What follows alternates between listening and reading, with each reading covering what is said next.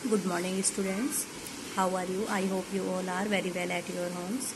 Students, in last class, we studied about the fractional distillation of petroleum, and our today's topic is LPG, coal, and fuel obtained from the coal. Let's start with the LPG. It means LPG means liquid petroleum gas. इसकी LPG की full form क्या है? Liquid petroleum gas. जो gas cylinder में हम सभी अपने घरों में खाना बनाने के लिए यूज़ करते हैं वो यही LPG ही होती है. ये बहुत ही सेफ हाउस होल्ड फ्यूल के रूप में यूज़ किया जाता है, जिसकी की कैलोरीफिक वैल्यू कितनी है? 55 किलोजूल पर ग्राम. बेसिकली जो LPG है ये दो गैसेस का क्या है? मिक्सचर है, ब्यूटेन और प्रोपेन. इन दो गैसेस का मिक्सचर जो है वो LPG है. और ये दोनों ही गैसेस कैसी होती हैं? ऑर्डरलेस होती हैं. ऑर्डरलेस मीन्स इसमें कोई भी स्मेल नहीं होती है. लेकिन हम जानते भी हैं कि जैसे ही कहीं पर सिलेंडर की लीकेज होती है तो उसमें से एक बहुत ही तेज़ी से स्मेल आती है. वो क्यों आती है? जब ब्यूटेन और प्रोपेन गैसेस का मिक्सचर है LPG और ऑर्डरलेस हैं दोनों ही गैसें, तो उनमें जो स्मेल आती है वो एक डिफरेंट जो सब्सटेंस है जिसका नाम है मेथिल मरकैप्टन. इसका फॉर्मूला ये है C2H5SH. और ये जो है ब्यूटेन और प्रोपेन गैसेस के साथ इसको मिक्स किया जाता है. इसी के कारण जो है लीकेज की स्मेल जो है वो LPG से आती है. Next one is the coal, यानी कि कोयला. बहुत सालों पहले, millions of year ago, a number of forest with large plants flourished in the shallow swamps due to geological disturbances. यानी कि भौगोलिक उथल पुथल के कारण लाखों करोड़ों मिलियन सालों पहले बहुत सारे प्लांट्स जो थे वो क्या हुए? ज़मीन के नीचे दब गए.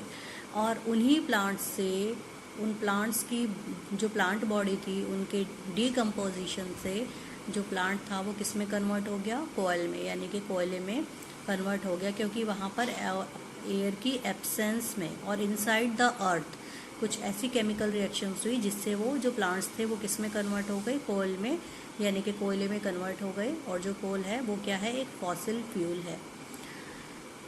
हमारे कंट्री में, बिहार में, उड़ीसा में, मध्य प्रदेश में, वेस्ट बंगाल में, इन सभी जगह कोल जो है वो पाया जाता है. बेसिकली 3 वेराइटीज़ के कोल जो है वो मिलते हैं: लिग्नाइट, बिटुमिनस और एंथ्रासाइट. लिग्नाइट में जो कार्बन कंटेंट है वो 38% है. बिटुमिनस में जो कार्बन कंटेंट है 65% है. और एंथ्रासाइट में जो कार्बन कंटेंट है वो सबसे ज़्यादा प्रेजेंट होता है, 96% जो है वो कार्बन कंटेंट इसमें प्रेजेंट होता है. ये शॉर्ट क्वेश्चंस में पूछे भी जाते हैं स्टूडेंट्स, इनको आप लर्न करेंगे. नेक्स्ट, कोल से जो फ्यूल और हमें मिलते हैं, यानी कि फ्यूल ऑब्टेन्ड फ्रॉम कोल, वो कितने टाइप्स के होते हैं? 3 टाइप्स के होते हैं: कोल तार, कोल गैस और कोक. कोल तार क्या है? कोल तार सड़क बनाने में आप सभी ने देखा होगा, बजरी के ऊपर एक ब्लैक से कलर का विस्कस फ्लूइड जो डाला जाता है वो क्या होता है? कोल तार ही होता है, जिसमें कि बेंजीन होती है, टॉलेंस और नेफ्थलीन ये और एंड फिनॉल, ये कुछ चीज़ें मिल करके क्या बनाती हैं? कोल तार बनाती हैं. Next one is the coal gas. Coal gas is a mixture of hydrogen, methane, carbon monoxide, ethylene और एसिटाइलिन. इन सभी गैसेस का जो मिक्सचर है वो उसको हम क्या कहते हैं? कोल गैस कहते हैं. और कोल गैस जो है एक फ्यूल की तरह यूज़ किया जाता है, या कहीं पर as a source of light भी इसको यूज़ किया जाता है. Next one is the coke. एक तरह से कोयले का चूरा ही होता है ये, पर्टिकुलर टेम्परेचर पर, तो उसको हम क्या कहते हैं? कोक. ये भी एक एक्सीलेंट फ्यूल होता है जो कि जलता है बिना स्मोक के, बहुत ज़्यादा धुआं इसके बर्निंग से नहीं होता है. और इसका यूज़ एक रिड्यूसिंग एजेंट के रूप में भी किया जाता है एक्सट्रैक्शन ऑफ मेटल में. यानी कि जब मेटल का एक्सट्रैक्शन किया जाता है, किसी और से मेटल को निकाला जाता है, तो उसमें भी एक रिड्यूसिंग एजेंट के रूप में इसका यूज़ किया जाता है.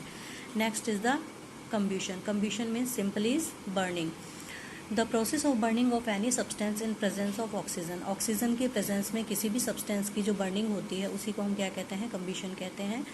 जब भी कार्बन कंटेनिंग सब्सटेंस ऑक्सीजन की प्रेजेंस में बर्न होगा तो कार्बन डाइऑक्साइड और हीट और लाइट के रूप में एनर्जी रिलीज होती है. दोनों ही इक्वेशन में आप देख सकते हैं.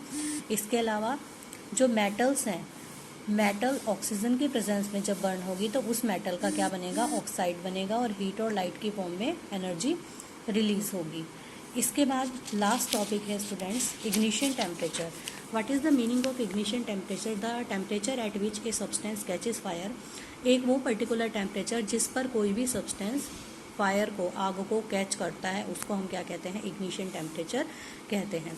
इग्निशन टेम्परेचर जो होता है वो पेट्रोल का बहुत ही कम होता है, सबसे कम होता है, और इसीलिए पेट्रोल जो है वो बहुत जल्दी आग को क्या करता है? पकड़ता है, बहुत जल्दी आग को कैच करता है। इसी टॉपिक के साथ ये चैप्टर यहाँ पर कंप्लीट होता है। नेक्स्ट वीडियो में हम सेकंड चैप्टर साइंस का स्टार्ट करेंगे। Thanks to all of you students. Till then stay home, stay safe.